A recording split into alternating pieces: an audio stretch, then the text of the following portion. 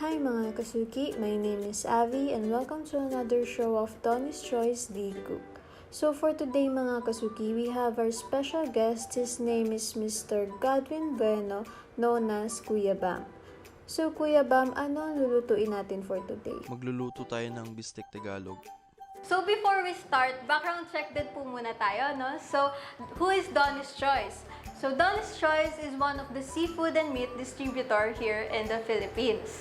So, bibigay ko na sa inyo yung floor para explain kung paano yung pagluto ng Bistek Tagalog. And we'll see you guys in a bit.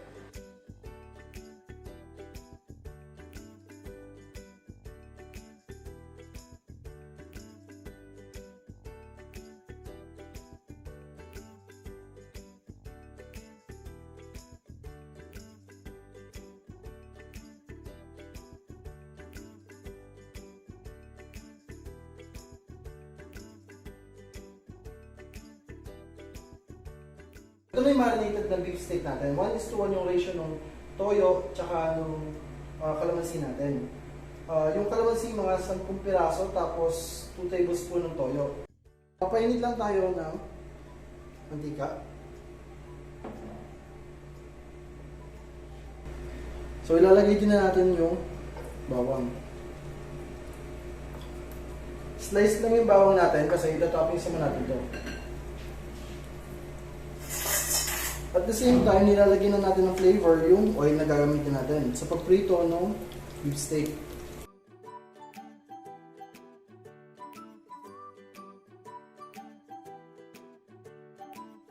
So ayan, i-golden brown na natin to or until crispy yung bawang. Tapos ito yung side natin.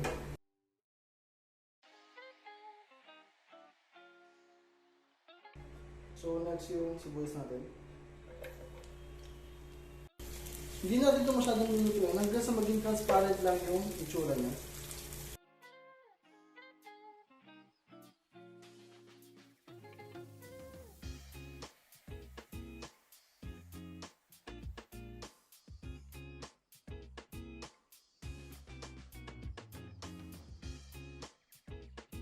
So next na natin lalagay, next na natin lutuin ang beef na marinate natin. Painitin muna natin masyado yung mantika or yung pan yung gagamitin nyo.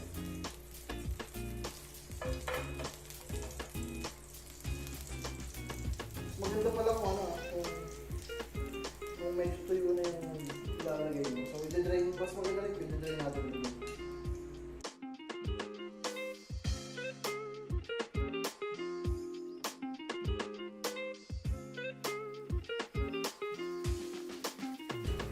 So, i-drain muna natin to para ma-sear natin ng maayos yung beef.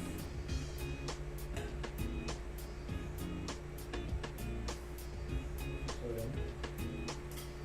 Bigay mo konti.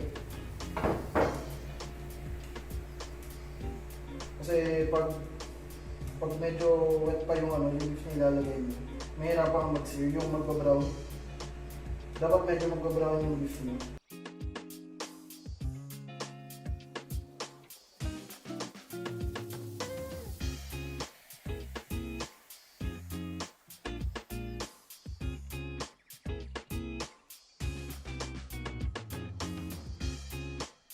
Bale, ang mangyayari ngayon is iba-brown talaga natin ito para maganda din yung texture tsaka additional flavor siya.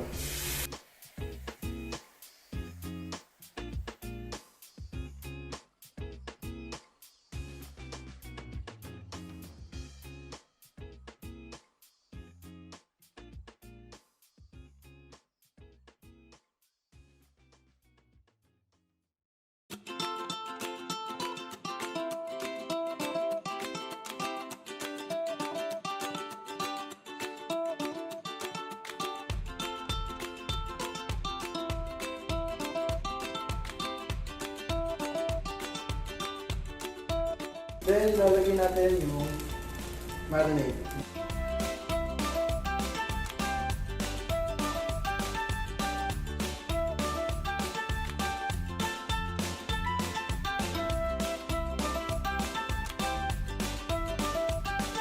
Pwede kayo mag-add ng soy sauce kung gusto nyo, saka ng paminta.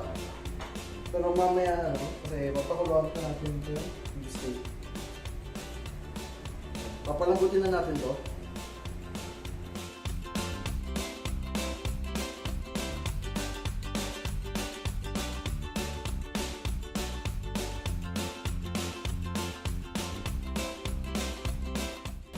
Tapos, i-add na natin yung patis.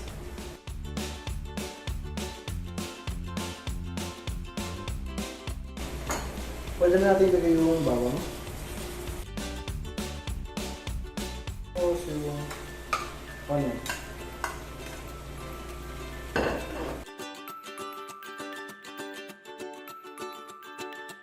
Then, nag-add ako lagi na kalamansi. Tapos, papatayin ko na ako.